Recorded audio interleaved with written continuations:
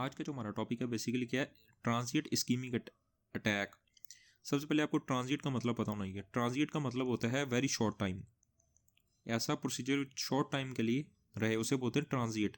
तो ट्रांजिट होता है ये शॉर्ट टाइम की वजह से इस्कीमिक स्ट्रोक होता है, उसे बोलते हैं ट्रांजिट इस्कीमिक स्ट्रोक। और ये कितनी देर के लिए रहता है? लेस देन 50 मिनट्स तक रहता है। उसके बाद पेशेंट नॉर्मल हो जाता है। इसी वजह से बोलते हैं transit very short time ischaemic attack. और इसी वजह से ये रिवर्सिबल होता है। ट्रांजिट यानी शॉर्ट टाइम की होने की वजह से क्या होता है? रिवर्सिबल होता है। ये ब्रीफ और रिवर्सिबल एपिसोड होती है focal neurological dysfunction. Focal neurological dysfunction basically क्या होते हैं, इस चीज़ को समझे। अगर आपके अंदर प्रॉब्लम आ रही है, प्रॉब्लम किस वजह से आ रही है? अगर प्रॉब्लम आ रही है, प्रॉब्लम है नर्व के अंदर, प्रॉब्लम स्पाइनल कॉर्ड या ब्रेन की वजह से। फोकल न्यूरोलॉजिकल डिसफंक्शन क्या बोलते हैं? कहाँ पे प्रॉब्लम है? प्रॉब्लम नर्व के अंदर है, स्पाइनल कॉर्ड के अंदर और ब्रेन के अंदर है, उसको बोलते हैं फोकल न्यूरोलॉजिकल डिसफंक्शन। लेकिन ये ट्रांजिट इस्कीमिक अटैक में क्या होती है? रिवर्सिबल होती है, कुछ देर के लिए होते हैं। और इसकी वजह स्पेसिफिक कौन कौन से फंक्शन बेसिकली इसमें डैमेज हो सकते हैं? नंबर 1, इसमें आपका लेफ्ट फेस की साइड और राइट आर्म, स्पीच के अंदर प्रॉब्लम आ सकती है, टंग के अंदर प्रॉब्लम आ सकती है, डिसार्थिया यानी उसको बोलने में दिक्कत हो सकती है पेशेंट को, और उसको दिखने में दिक्कत हो सकती है।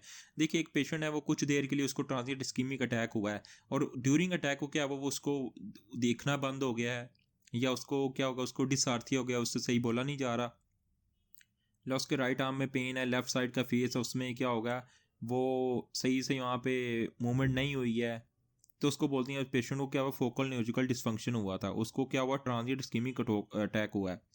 अब बेसिकली इसमें क्या होगा, एक्यूट इन्फ्रैक्शन नहीं होता है, इसी वजह से क्या होगा, एमआरआई क्या होता है, नेगेटिव होता है। आपको पता है ना, एमआरआई जो इस्कीमिक अटैक है कितनी देर में डिटेक्ट कर सकता है? 3 से 3 मिनट्स टू 30 मिनट्स के अंदर। अगर ब्रेन के अंदर इस्कीमिया हुआ है तो एमआरआई इसको डिटेक्ट कर सकता है 3 to 30 मिनट्स के अंदर। अगर इस्कीमिया हुआ तो एमआरआई इसको डिटेक्ट कर सकता है, लेकिन यहाँ पे एमआरआई क्या हुआ, नेगेटिव होगा। और इसमें क्या होगा, ये मेजोरिटी जो ट्रांजिट इस्कीमिक अटैक होता है, ये 90 विद इन 50 मिनट्स ये तमाम प्रॉब्लम ठीक हो जाती हैं। अगर पेशेंट को क्या हुआ, अगर पेशेंट के लेफ्ट साइड पे प्रॉब्लम आ रही थी तो 15 मिनट्स में, डिसआर्थिया यानी स्पीच में प्रॉब्लम थी, विजन उसको दिखना बंद हुआ तो 15 मिनट्स में ठीक हो जाता है। और ये होता क्यों है, इसकी कॉज क्या होती है? इसकी कॉज इस्कीमिया, इसकी कॉज हो सकता है। और इस्कीमिया कैसे हुआ आपको? एम्बोलाई की वजह से क्या हुआ, इस्कीमिक अटैक, इस्कीमिक स्ट्रोक हो सकता है। एम्बोलाई का पेशेंट था, उसे आर्टरी फिब्रिलेशन का पेशेंट था, वहाँ से एम्बोलाई डिसलॉज हुआ, डिसलॉज होने के बाद वो कहीं ब्रेन में जाके अटक गया है, तो जिसकी वजह से क्या हुआ, उसको इस्कीमिक एम्बोलिक इस्कीमिक अटैक आ सकता है। या उसको स्मॉल वेसल स्टीनोसिस, जैसे कैरोटिड आर्टरी स्टीनोसिस है, वहाँ से भी एम्बोलाई डिसलॉज हुआ है, तो वो जहाँ पे कहीं पे जाके अटक गया, जिसकी वजह से अटैक, उसको प्रॉब्लम आ गया ब्रेन के अंदर। और ये किसके साथ प्रेजेंट कर सकता है? एमोरोसिस फिगस।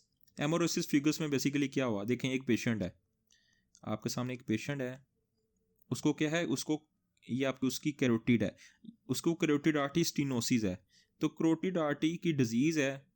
तो यहाँ से क्या हुआ, एम्बोलाई उसका डिसलॉज हुआ है, और एम्बोलाई डिसलॉज होने के बाद कहाँ पे जाके उसके अटक गया, रेटिना, जो रेटिना की आर्टरी है, retinal artery,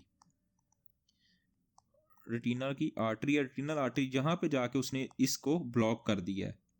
emboli carotid artery disease थी, पेशेंट को सीएडी कैरोटिड आर्टरी डिजीज, यहाँ से एम्बोलाई डिसलॉज हुआ, जो उसकी रेटिना की आर्टरी है वहाँ पे जाके स्ट्रक हुआ है, और उस पेशेंट को कुछ देर तक दिखना बंद हो गया है क्योंकि ब्लॉक हो गई रेटिनल आर्टरी। इसको बोलते हैं एमोरोसिस फुगस।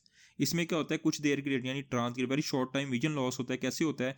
क्योंकि रेटिनल आर्टरी की रेटिना की जो आर्टरी, उसमें एम्बोलाई आता है। एम्बोलाई कहाँ से आता है? उस पेशेंट को क्या थी, कैरोटिड आर्टरी डिजीज थी, वहाँ से उसका एम्बोलाई डिसलॉज हुआ, उसने रेटिना आर्टरी की ब्लॉकेज करवाई, और उसकी वजह से कुछ देर के लिए उसका विजन लॉस हो गया। इसको बोलते हैं एमोरोसिस फुगस।